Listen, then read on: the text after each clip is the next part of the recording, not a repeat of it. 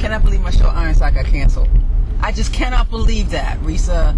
3 episodes, like NBC is going to give the acts like that. I can't believe you didn't know. I can't believe. No, this is what gets me, right?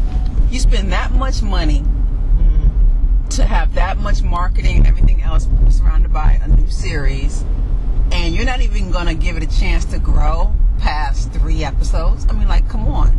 And the Nelson people, the little boxes on their TV, I don't like any of them because they weren't watching my show. My show got canceled. Well, NBC did the same thing to their other drama, Deception, which was like kind of like Well, wait a minute, Deception, it was really good writing on that show. Yeah, but everybody kept comparing it to Scandal because it had Megan Good as like the lead character. Like, well, there was a drama with Megan Good who played a undercover cop. I watched it and it was good.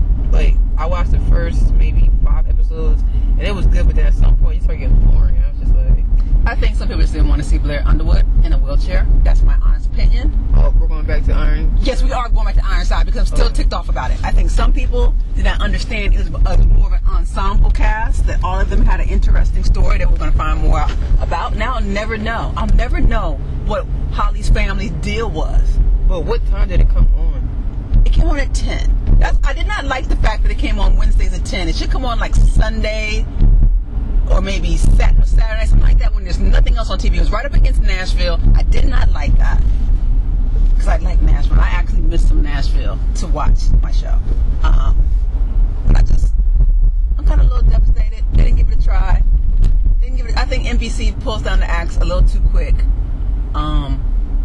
And their stars were doing everything they could. But I think what it was really is that, first of all, not everybody wants to watch someone in a wheelchair. And that they got hung up on that being the premise. And that wasn't the premise. Whoever went out to start marketing the show in the first place, I honestly feel they didn't really tell the story of what it really was about. They just kept focusing on the guy in the wheelchair. And it's more than that. It was so much more than that. Are you trying to say that people were being prejudiced against somebody in a wheelchair so they want to watch it? I think the marketers did not do their job. Yes, he's a tough cop. Yes, he survived, getting shot in the spine with a bullet. He's still doing his detective thing. But it was more than that. Because I know the only thing I heard about it was, it's a cop in a wheelchair. And it's not written well. Most people have heard that. It's not written very well. And it's Blair Underwood in a wheelchair. And that's not what it was. That's why I'm really hoping and praying somebody else will pick it up, like some little cable company, like TNT or FX or something. Somebody pick it up and just let it develop, let it build its own audience. I mean, I just feel like, wow, 3 episodes, like really? Now my show's up here. They didn't give it a try. In the article that I read in Essence, excuse me, they were saying that like the first episode premiered with like 6.9 million ratings. Oh yeah, I know the ratings, and they were not that high. But you know what? In the category of being African American households, it was number 9. It was number 9 African American households.